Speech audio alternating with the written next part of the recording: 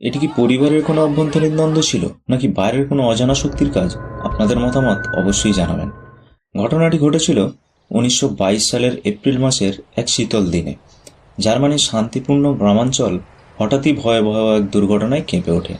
বাভারিয়ার একটি ছোট্ট গ্রাম, যেখানে হিন্টারকাইফেক নামের একটি ফার্ম ছিল।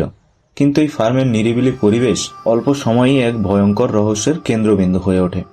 ফার্মের মালিক অ্যান্দ্রিয়াস গ্রুবার, তার মেয়ে ভিক্টোরিয়া, তার দুই নাতি নাতনি এবং তাদের গৃহকর্মী মারিয়া বাউমগার্টনারকে এক রাতে নির্মমভাবে হত্যা করা হয়।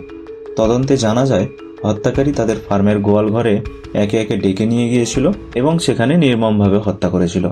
তারপর তাদের লাশ একসঙ্গে সাজিয়ে রাখা হয়। কিন্তু কিভাবে এই ঘটনা ঘটল? হত্যার কয়েকদিন আগে থেকেই কিছু অদ্ভুত ঘটনা ঘটছিল। বাড়ির চারপাশে অচেনা পায়ের ছাপ দেখা গিয়েছিল, যা বাড়ির দিকে এসেছিল, কিন্তু কোনো পায়ের ছাপ ফিরে যাওয়ার দেখা মেলেনি।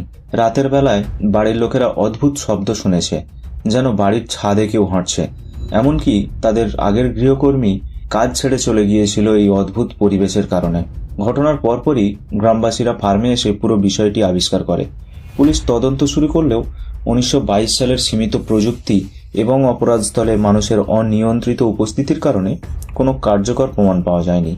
হত্যার কারণ এবং হত্যাকারীর পরিচয় আজও রহস্য হয়ে রয়েছে। তবে এই ঘটনার পিছনে অনেক তত্ত্ব রয়েছে। কেউ বলেন এটি পরিবারের মধ্যকার শত্রুতা থেকে ঘটেছে, আবার কেউ বলেন এটি হয়তো কোনো পথিক বা ছদ্মবেশী হত্যাকারীর কাজ। ভিক্টোরিয়ার ব্যক্তিগত জীবনের কিছু বিতর্কিত বিষয়ও তদন্তের আলোকে এসেছে, কিন্তু সেগুলো চূড়ান্ত সমাধানে সাহায্য করতে পারেনি। হিন্টারকাইফেক ফার্ম হত্যাকাণ্ড আজও জার্মানির ইতিহাসে অন্যতম ভয়ঙ্কর এবং রহস্যময় অপরাধ হিসাবে পরিচিত। সময় যত এগিয়ে গেছে, ততই এই ঘটনাটি কিংবদন্তিতে রূপান্তরিত হয়েছে। ফার্মটি এখন আর নেই, কিন্তু এর অমীমাংসিত গল্প আমাদেরকে এক অজানা অন্ধকারে নিয়ে যায়। এই রহস্য আজও প্রশ্ন তোলে, হত্যাকারী কি সত্যিই পরিবারকে চিনত, নাকি এটি নিছকই এক অজানা মনের পৈশাচিক কাজ? এর উত্তর হয়তো আমরা কোনো দিনই জানব না।